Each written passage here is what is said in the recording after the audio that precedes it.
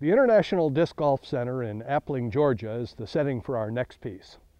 This sample comes from the ClashDVD series as Liz Carr joins Billy Crump with the call.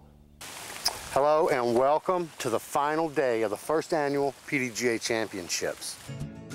Here is some of the final 10 from the first annual PDGA Championships here in Appling, Georgia. All right, the opening hole at the W.R. Jackson course is about 677 feet. This is a placement shot. It does move right to left as you go down the fairway. Your landing zone, you want to be far right so you can have a look at the basket. All right, landing zone on hole number 1. Now, from this position, there are some obstacles still in your way. You have a few different lines. You can go right or left or even try to snake something straight up there. There's plenty of room by the basket, and it seems pretty flat behind it. All right, we're up at the green on hole number 1. There is an obstacle about, it's within the circle. It's a clump of trees on the backside. However, there's plenty of room here. You can really land anywhere in this area and be able to get a good par, which is 4 on this hole. All right, ladies and gentlemen, this is the inaugural PDGA Championships, the 2011 PDGA Championships. In front of you is the lead group of the men's professional group. They are going to play 10 holes now to decide the winner. The winner of this group will be your national champion for 2011. Guys, we wish you the best of luck. Have a great time out there. And folks, we have Ricky Wysocki. We have Nate Doss. We have Cam Todd. And we have Will Schustrick, your current national champion. Should mention that Nate's your current world champion too. That's all right. All right, guys, good luck out there. Thanks. Have a blast. Ricky, you get the card. Well, Liz, folks, we are about to witness history. We're going to see who the first annual PDGA champion is. You're right, Billy. And you know, all these guys have been working hard all weekend long in this humid weather down here at the IDGC in Georgia. Well, I'll tell you, the young man, he's vying for Rookie of the Year, and if he can hold on for 10 more holes, he's going to lock that up. He's sitting at 45 under par, and now he's on the tee. He is from Fort Mill, South Carolina, via Medina, Ohio, and this is young Ricky Wysocki. That's right, Billy. I mean, he was tied with Nate Doss going into the final round, and I tell you what, he got 11 birdies that last round to give himself a 2-stroke lead all by himself. That was an unconventional line that worked out, Billy. Boy, that was a super skinny line. He took the window pane on the left side. That is impressive, Liz. Nate Doss now, he sits 2 back of Ricky Wysocki. He had an up and down round, but again, he was able to dig deep when it needed. He's sitting in this final 10. Well, Ricky Wysocki has never been in this position. Nate Doss is in this position every Sunday. Now, looking for these guys to take the big highlight line, but you know, they're trying to cut the corner, Billy. And that is trouble right there. That's going to be, he could still possibly get out of there and get up and down for his easy par, but I don't know. He's going to have to throw an overhead shot to get out of that. Well, here's Cam Todd. Cam's one of the quickest players out here. And they're all taking the in. He's actually going to try to make his disc work a little bit. That's definitely a placement shot, but he's far enough right that he's probably going to be able to see the bucket. Well, the stump only cost him maybe 10 feet, and it actually shot him over to where he's got a good, clear footing for his next shot. New to the top card so far is Will Schustrick, and he's the defending national champion. He won the IDGC last year. Well, he's only 5 back. We got 10 holes to go, and you want to see some long shots in the woods. Just watch this kid. Now, there's the shot that we expected to see, but oh, yeah, way to go, Will Schustrick. Will is a good 80 to 100 feet past the rest of the guys. This is hole number 1. This is the final 10 of the pro men from the first annual PDGA Championships. Well, you can see Cam, oh, he loves that birdie bag on a humid day. Yeah, you're right, Billy. I mean, everybody loves a birdie bag on a humid day. This is sticky out here. It's disgusting, and I mean, they rely so much on their grip as to how they throw every shot. Well, and most of these guys have gone to the new edge play. Oh, boy, that's screaming up through there, Liz. That's right. As long as it's stable enough to get back, it should get right by the bucket. Great shot from Cam. He's probably 22, 23 feet for his birdie putt. Oh, boy, does he... I mean, we're looking at him and the direction he's looking at the basket, and that shul is over his head. There's no low line to get through there. Well, you know, he could maybe pop a roller and get it to do some action. I don't know if a sidearm with the ankle's enough to get up there. No, I don't think so either. I did see him earlier in the first round throw one of those sky rollers that, you know, went way up in the air and touched down and just ran out of speed when it got to the basket. Well, here's how the big boys handle trouble. That's what he's done. He's looking for the sky roller, Liz. He's got to stay straight, but, I mean, he's out and he's up. That's just fine. He can get a par out of that. Great attempt. All right, young man nominated for Rookie of the Year, Billy, is... Looky here, he is lining up a standstill sidearm. I tell you what, he throws both shots very well. He has a great solid backhand and a forehand. That's too low, Liz. It's got to get up. Big skip. Oh, got eaten up by the grass. But again, he has a lead. Boy, Will has mashed this thing. He almost got to the road. He's got a pretty easy up and down here if he can just hit the shot, Liz. That's right, Billy. He worked hard to get in this position, and we know why, judging his first shot here.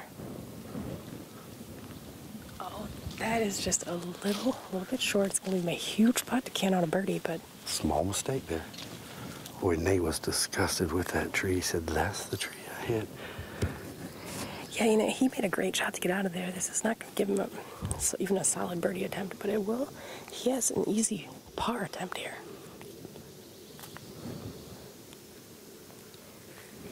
I mean, he's looking at, I don't know, maybe an 80-foot shot to get up near the bucket. Well, he's 2 behind Saki. He's 2 ahead of Cam Todd. And we know Cam's got a birdie.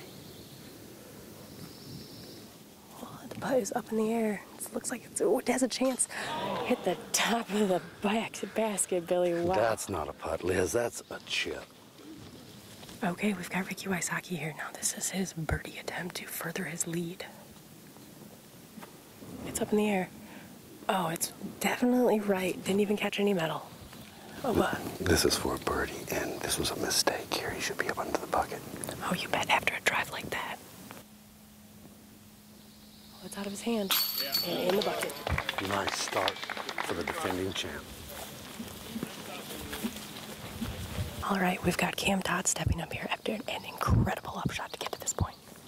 Well, this is money in the bank. Absolutely, Billy. You called it. Birdie to answer the call. Well, we're going to let him tap out as the crowd is walking all over young Ricky Wysocki. Well, maybe they just trust him that he'll make this putt no matter what. Well, 10 feet, they say he's a pro. He's got concentration. They're trying to get in position because they don't want to miss a shot. He gets his par, and here's young Nate Dawson tapping in his par. That's 1 hole down. On to the next hole. Hole number 2 at W.R. Jackson offers a wide fairway that moves left to right. It's just under 500 feet. You do have to throw a placement shot off the tee pad, hopefully staying far left so you can have an easier approach to the basket. The shul is very punishing here. You want to stay in the fairway, avoid the rough. From the landing zone on hole number 2, there are multiple options offered. Every line, however, is going to be very tricky. The green is guarded heavily by trees along with the approach to that green.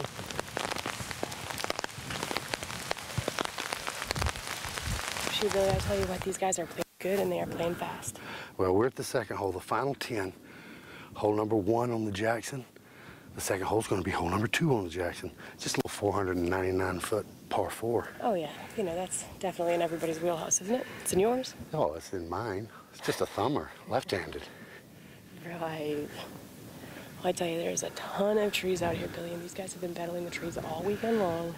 Well, you've got to throw, this is again 499, you've got to throw a nice, slow anhyzer. And you've got to manipulate a couple of little patches of trees. If you can get down, then the land sort of goes down and back up to where the green is. Here's Cam Todd on the tee. That's coming inside the trees. It's definitely tight. It got a tree at the very end, but, you know, it's not bad. That's what we've seen out here. No, and he's actually right in the middle of the fairway there. He'll have a good opportunity. Here's Will Schuster, and Will has just been ripping stuff through these woods all weekend long. Oh, and that's got a lot more height and better angle. I was like, God, yeah, it sure did. It got over it and made the turn. He is looking at the bucket, the good side of the bucket. He'll be able to have a hyzer approach from there. Well, that was a good 120 to 130 feet past Cam's, and he just ripped that. There's young Ricky Wysocki on the tee. I expect him to throw a forehand. He is lining up a forehand, Liz. Good call. He's looking to just flex that thing for just a few seconds, come in probably on the left side of that group of trees. That's what we've seen out here. right. Just barely. Ooh, I tell you, he came in within about a foot of 3 different trees, though. He's landing himself in the perfect landing spot. He can take a left to right or a right to left into the green for an opportunity at a birdie. Okay, Nate Doss is on the pad now. You know, they started on this course this morning, and young Wasaki came out and got 6 birdies in a row.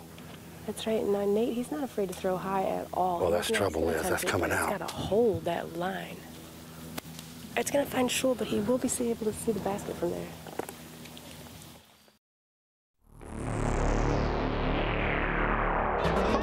Have you started your class collection yet? I have.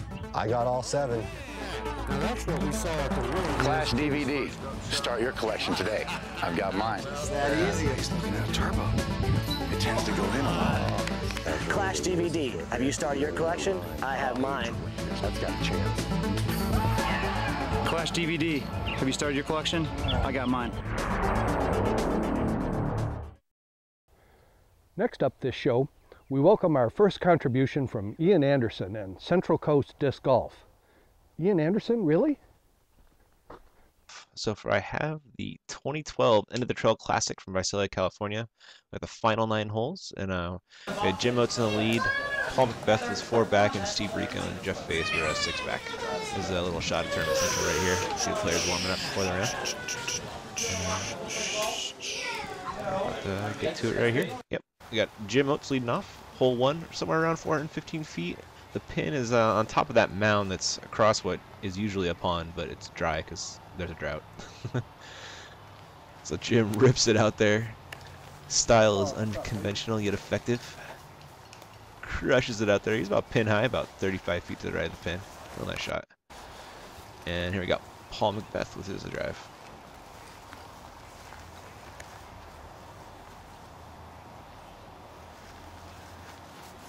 Ripping a laser beam right at it. This one fades out just a hair early, but really nice shot. It's about 25 feet short. Here's Steve Rico with his drive.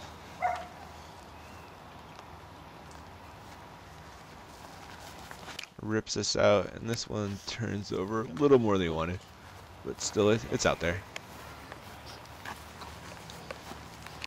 And here we got Jeff Faze, a San Francisco pro.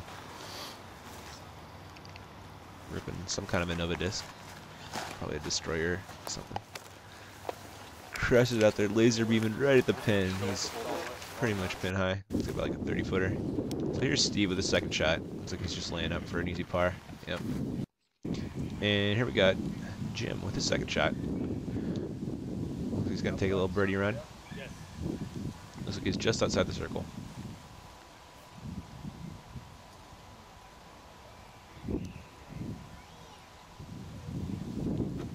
Nope. Comes up just short. So here we got Jeff going for birdie.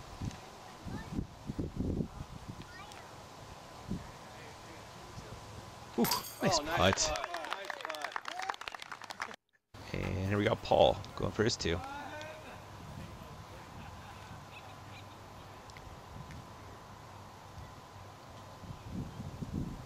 Ooh.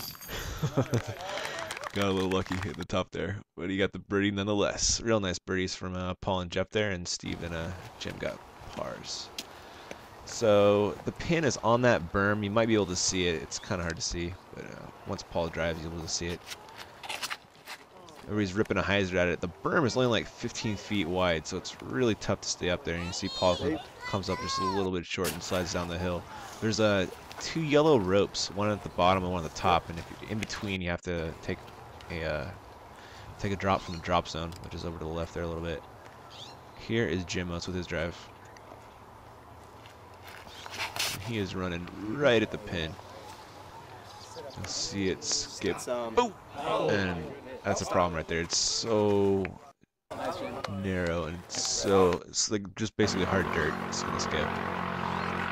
Here's Rico with his drive. And he's doing the same shot as Jim. Throwing the big hyzer right at the pin. I don't know how, but somehow he stops, and he's about like 15 feet short. Or sorry, 15 feet long. Really nice drive. So here's Jim with his second shot. Looks like he's running it. Comes up a little to the right. And you can see where Jeff landed. He's taking his second shot. See that yellow rope I was talking about? And he's up there for an easy par. And here's Paul going for birdie. Putt about 15-20 feet uphill, easy. Gives it a run. Ooh, comes up just to the right. He's disappointed by that one. I think he wanted that one. So here's Steve putting for birdie. Lasers that thing in there, no problem. Nice birdie. And here's Paul tapping in his par. So Steve with a nice birdie, and everybody else picked up a par. On hole 3, this is somewhere around 600 feet. See that giant tower? It's about 200 feet to the left of that, on the downslope of a hill. So it's a tough shot, but it was hot, so everybody's just throwing giant hyzers and getting everybody out of the sun. I think they're waiting for the cart in front of them to finish the hole. So they're all just kind of laying up here. There was Steve, and that was Paul. They're all just laying up there in the middle somewhere. They're probably all going to be about somewhere between like 200, 250 feet away from the pin. There's Jeff Faze with his drive.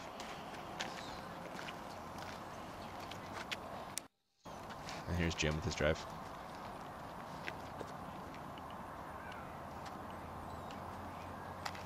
He's got the 0 run of approach. It's crazy style, but he crushes it, man.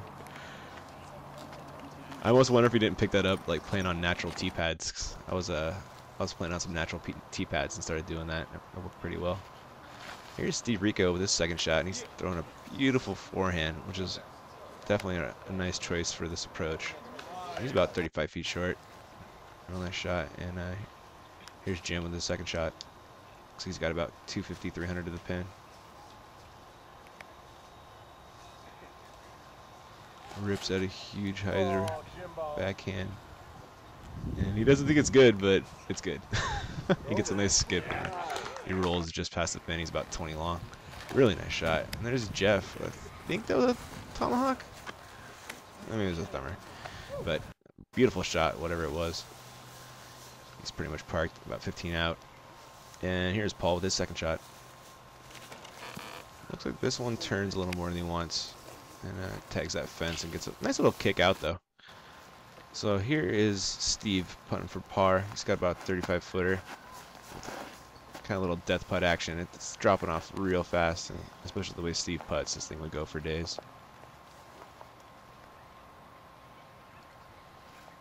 But no problem there. Bang, bang. Nice putt, Steve. And here we go. Paul putting for par. He's got about 35-footer again. He's got the death putt action, too. Again, not a problem. These guys are ridiculous. And here we got Jim putting uphill. He's got about a 20, 25-footer. Straddle putting that thing. He tosses that thing in there, no problem. And here's Jeff putting his 12-footer.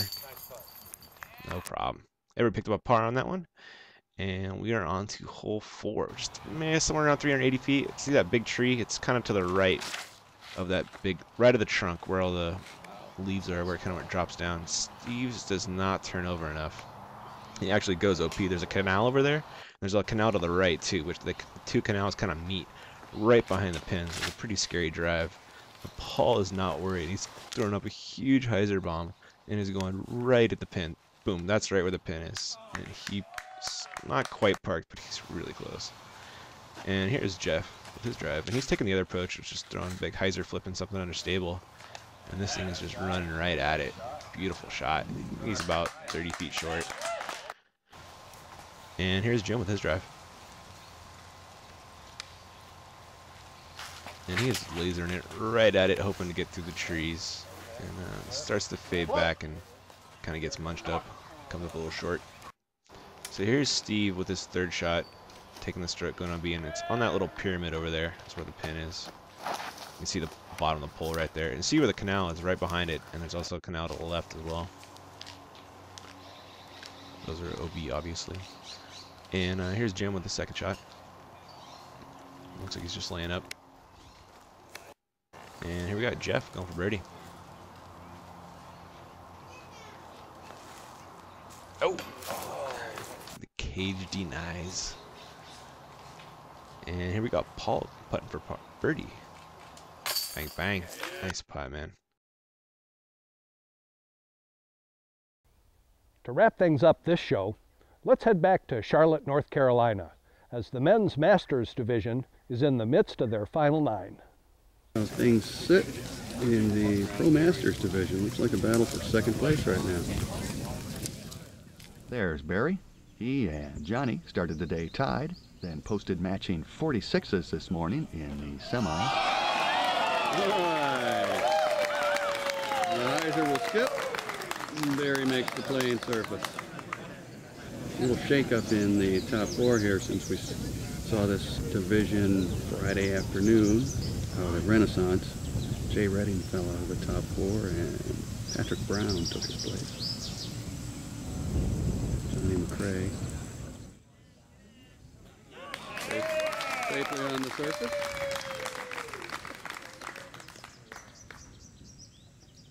If the champ has anything to worry about this round, it would be this island green. We've seen plenty of players blow up here. KC can coast home now. Also in coasting mode is Pat Brown. Pat won the battle for 4th place with a 45 this morning, and he's not going anywhere.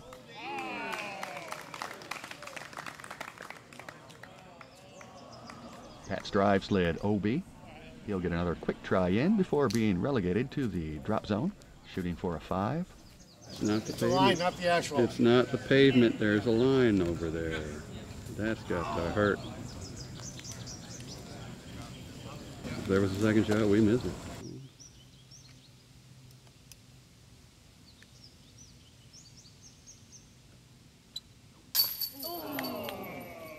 That'll be a 6 for Mr. Brown. Elsewhere, it was birdies around.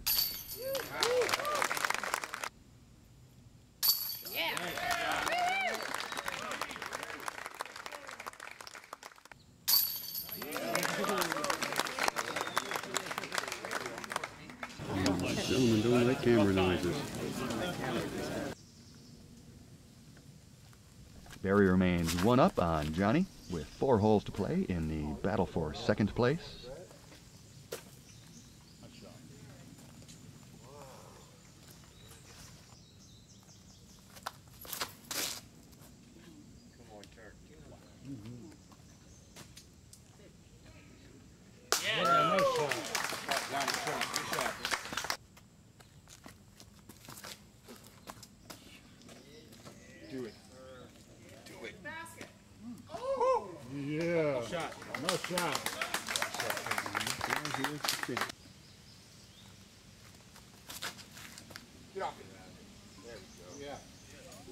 Nice. Yeah. Wow. Good shot, Brian. Good shot, Brian.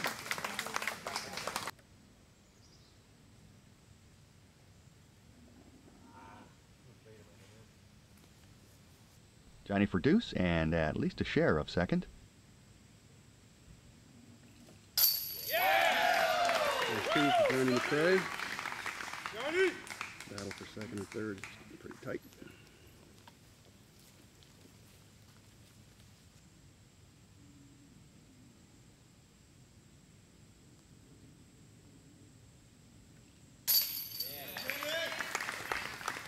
There's 2 for KC. Pat for deuce. Nice birdie, Pat. 2 nice birdies there.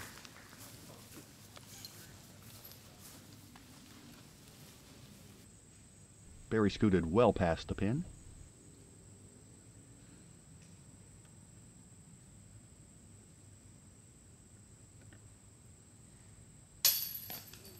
And that'll be a 2-throw swing. Johnny now has a throw over Barry in the battle for 2nd.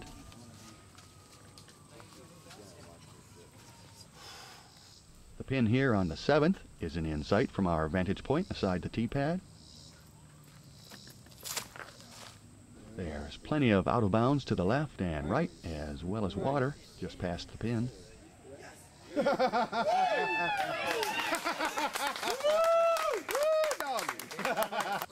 crowd is fired up.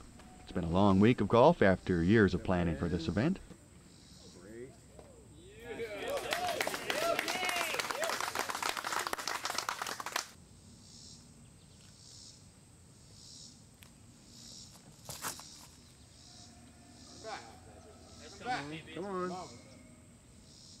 turn. Good. That's good. Skip.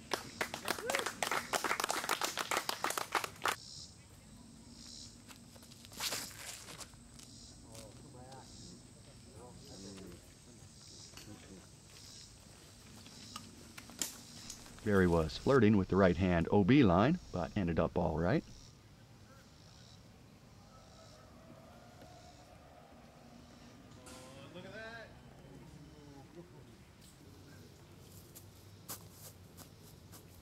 Things are going just ducky for Pat.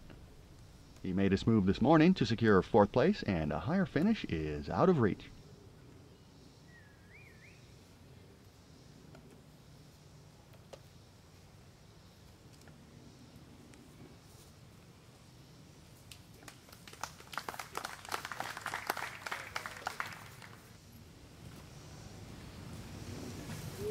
There's Johnny McRae behind that 3 over there.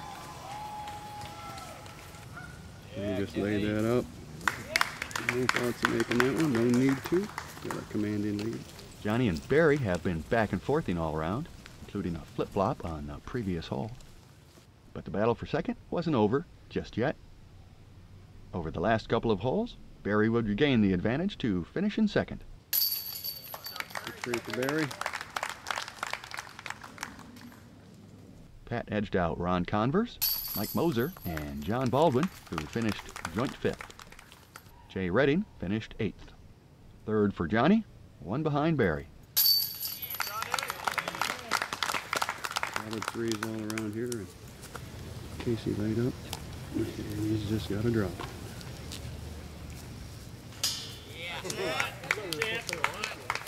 And Ken Climo will claim the PDGA World Championship title in the Masters division for the first time. If history is any guide, you can bet this won't be his last. And that's all from Charlotte. Well, that's a wrap for this episode of Disc Golf Live. Thanks to Ian Anderson, Billy Crump, and Todd Lewis for their contributions, and thanks also to our broadcast partners across the country. Until next time, drive carefully.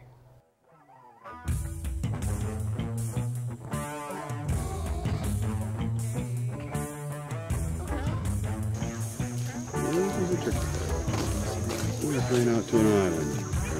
Nothing short, no landing zone. One throw lead. Pete May has the tee there. Two shy trails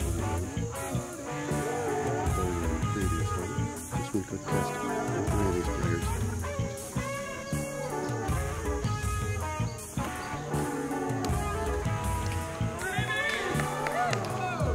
That's how you do it.